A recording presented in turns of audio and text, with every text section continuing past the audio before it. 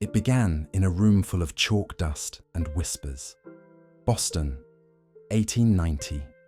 Rows of boys stood before tall blackboards, copying stock prices as they flickered across the telegraph wire.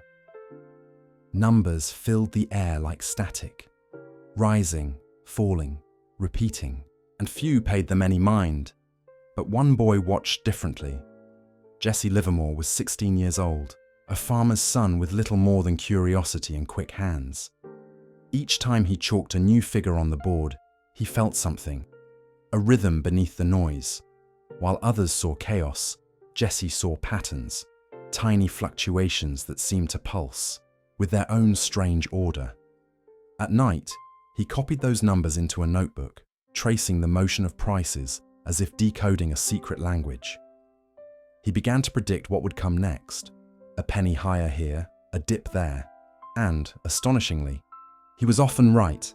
He took his predictions to a bucket shop, the rowdy gambling parlors of early finance, where anyone could bet on stock movements without owning a single share. With $2 in hand, he placed his first trade. By the end of the week, he had 20. By the end of the month, hundreds. The clerks called him the boy plunger, half mocking, half amazed. But Jesse wasn't playing luck. He believed he'd uncovered something deeper, a hidden pulse guiding the market. To him, the numbers weren't random, they were alive. And for the first time, he felt he could see the future. He was still just a teenager, but already, whispers spread through the smoky halls of Boston's brokers. There was a boy who could read the tape like no one else. The boy who saw patterns would one day try to master them, and the price for that mastery he could never have imagined. By the turn of the century, Jesse Livermore was no longer a boy tracing numbers in chalk. He was a sensation, a quiet storm moving through Boston's bucket shops.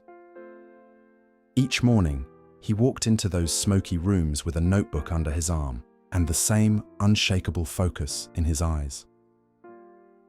Men twice his age watched in disbelief as he made trade after trade, hitting the mark with uncanny precision. He didn't shout, he didn't boast. He simply observed, waited, and struck. Within months, Jesse had won so much that the bucket shops began banning him outright. Clerks were told, if Livermore walks in, don't take his bets. He'd beaten the house too many times. He was a gambler who didn't gamble, a man who read the market like a script he'd already seen. So he left Boston. With his winnings in hand and his reputation growing, he took a train south, towards New York City, Wall Street. It was there that Jesse encountered a new world, faster, louder, and far more dangerous.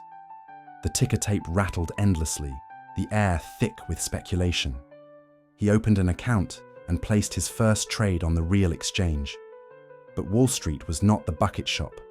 Its movements were larger, its tides unpredictable, its players ruthless. His first few trades failed. Losses mounted, his confidence cracked, and within months he had lost everything he'd brought to New York.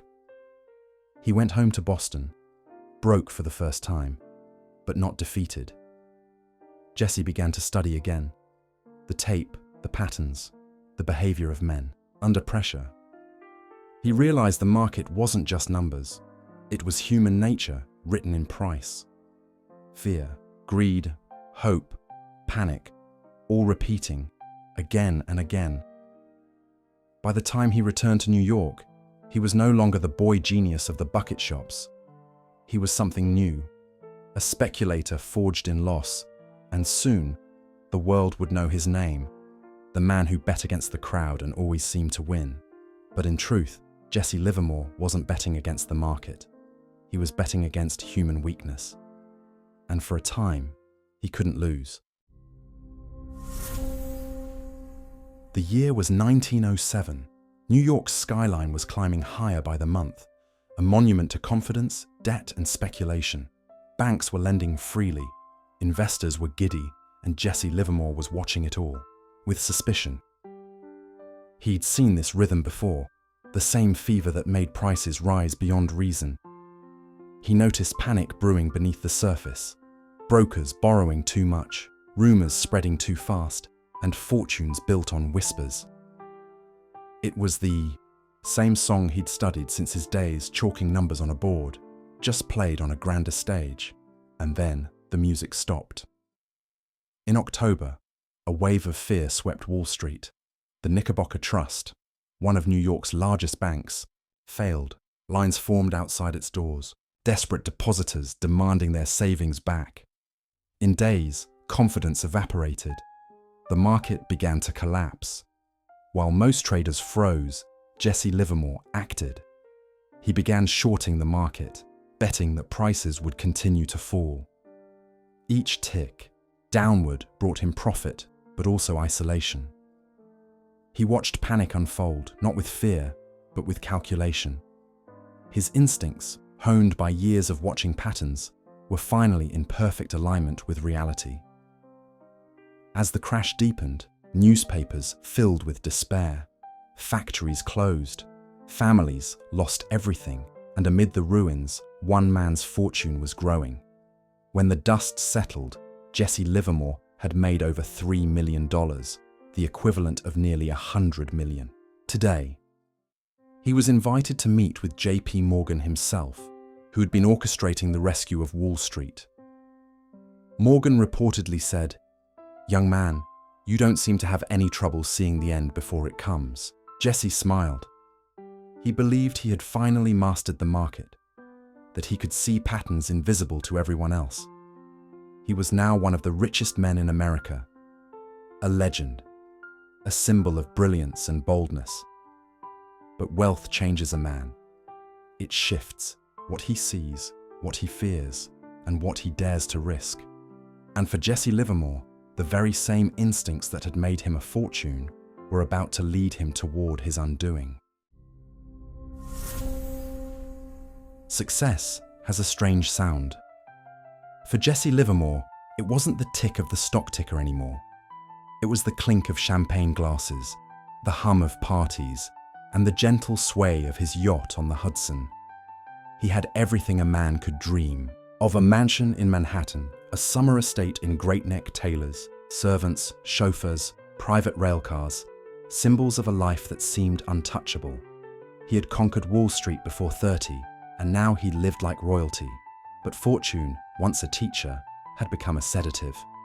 The same sharp instincts that once guided him were now dulled by comfort. Each success brought not satisfaction, but emptiness, and a growing fear that it could all vanish again. Livermore began to chase the feeling of risk itself. His trades grew larger, wilder. He entered and exited positions on impulse, and for the first time, the patterns he'd always trusted began to betray him. Losses crept in quietly at first, a few bad trades, a mistimed bet. Then came a landslide. The market shifted faster than he could react. He watched as millions evaporated, swallowed by the same system that had once made him invincible. At home, the lavish dinners turned silent. His wife grew distant. Friends who once cheered his brilliance now whispered about his recklessness. In 1915, he filed for bankruptcy. It wasn't his first fall, but it felt different this time. This wasn't the sting of failure. It was the collapse of identity. For years, Jesse had seen himself not as a man, but as the market itself, dynamic, unpredictable, powerful. Now, stripped of that power, he felt something worse than defeat, irrelevance. He swore to rebuild, and he did. Time and again, his genius flickered back to life, but each comeback was shorter, more fragile, more desperate. He was learning the cruelest truth of all, that no man, no matter how brilliant, can outsmart the cycle forever. And as the world marched toward 1929, the most devastating crash in modern history, Jesse Livermore would once again find himself in the center of the storm. But this time, the victory would cost him everything. The year was 1929, The Jazz Age glittered with optimism, skyscrapers rising, radios buzzing, and a nation convinced that prosperity would never end. The stock market wasn't just an investment anymore, it was an obsession. Everyone was in: bankers, barbers, secretaries, shoe shiners, all buying on margin, all chasing a dream built on borrowed money. It was the same pattern Jesse Livermore had seen his whole life, now magnified 1,000-fold. And once again, he felt that familiar pulse, the rhythm of mania before collapse. He began to short the market, quietly, carefully, as the crowds cheered their own destruction. Day after day, he watched the ticker and saw the tremors. Then came October 24th, Black Thursday. The market cracked open. By Tuesday, it was a freefall. Billions of dollars erased, entire fortunes vaporized in hours. Crowds gathered outside the stock exchange in disbelief. Inside, chaos reigned. And through it all, Jesse Livermore's fortune rose. While others wept, he had just made one of the largest profits in financial history. Over $100 million.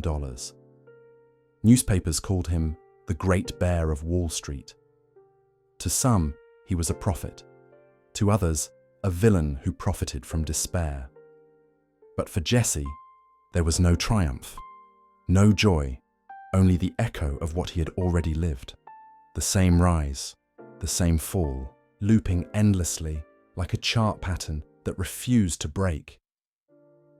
He retreated into isolation. The mansions were quieter now. His wealth couldn't mend the broken relationships or fill the silence that followed him. His fortune dwindled again through reckless trades and misplaced trust. He had become a man addicted not to money, but to motion, the constant need to feel the market beating beneath his skin. By the mid-1930s, his empire was gone. His second marriage collapsed, and though he still lectured about discipline and patience, the markets he once commanded no longer obeyed. He had won and lost more money than most men would see in 100 lifetimes. But in the end, what destroyed Jesse Livermore wasn't the market. It was the unrelenting need to play it. It was November 1940.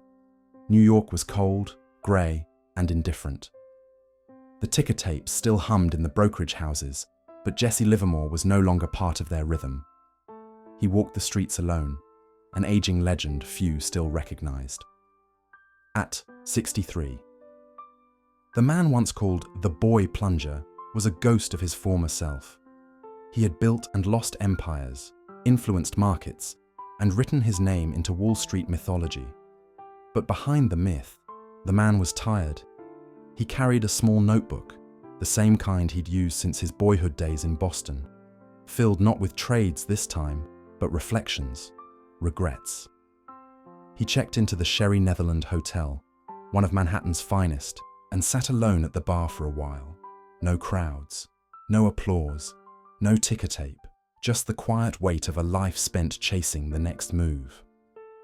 In his final note, found later by his wife, he wrote, "My life has been a failure. I am tired of fighting." That night, Jesse Livermore ended his life. In the years since, his legend only grew. Traders still quote him.